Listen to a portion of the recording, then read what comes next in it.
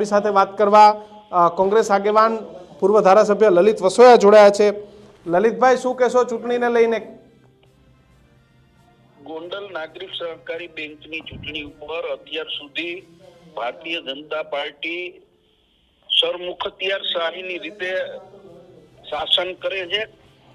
ચૂંટણી આવતા પહેલા 1500 થી વધારે મતો બોગસ બને મતદાર યાદીમાં ચડાવ્યા છે, પરંતુ કોંગ્રેસ પાર્ટી એ પણ આ વખતે સારા ઉમેદવારો ઉભા રાખી અને લડાઈના મેદાનમાં ઉતરી છે અને મને સંપૂર્ણ વિશ્વાસ છે કે કોંગ્રેસની પેનલનો ગોંડલ નાગરિક સહકારી બેંકમાં વિજય થવાનો છે। લલિતભાઈ, ભારતીય જનતા પાર્ટી કહે છે કે ગોંડલમાં કોંગ્રેસ ક્યાંય નથી, નગરપાલિકા, તાલુકા, જિલ્લા, એપીએમસી અને આ વખતે બેંકમાં પણ ઇતિહાસ સર્જાશે। 11માંથી 11 ડિરેક્ટરે ભારતીય જનતા પાર્ટીના હશે તેવો તેમનો દાવો છે।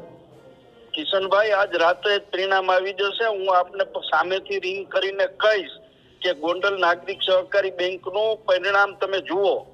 58,000 મતદારમાં રાજકોટ શહેરના, રાજકોટ ગ્રામ્ય, જસદણ, સાણખલી આ બધા ગામોના મતદારો છે।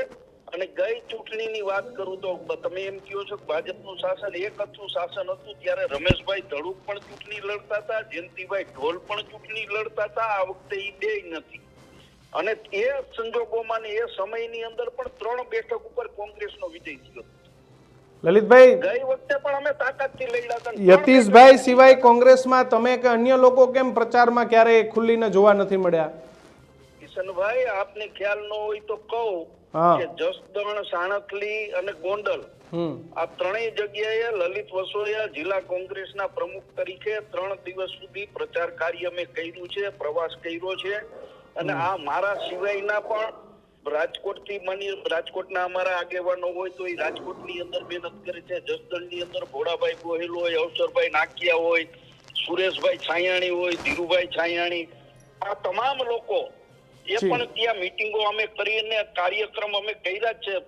કિશનભાઈ, લલિતભાઈ, 11માંથી કેટલા ડિરેક્ટર ચૂંટાઈને આવે એવી તમને હાલ જીતનો કેટલો વિશ્વાસ? 11 ઉમેદવાર કોંગ્રેસ પાર્ટીના જીતવાના છે। લલિતભાઈ, હવામાં તો વાત નથી કરતા ને તમે મારી યારે? ના, હવામાં મને ભારતીય જનતા પાર્ટીના લોકોની જેમ હવામાં વાત કરવાની આદત નથી। ધારાસભા હારતો ત્યારે કિશનભાઈ મેં તમને અગાઉ કીધું તો હું ધારાસભા હારું છું, એટલે વાસ્તવિક વાત છે। અમે જે તાકાતથી લડ્યા છીએ ને મતદારોનો જે સહકાર મળી રહ્યો છે। લલિતભાઈ, સભાસદો કયા મુદ્દે તમને મત આપે? સભાસદો કયા મુદ્દે તમને મત આપે?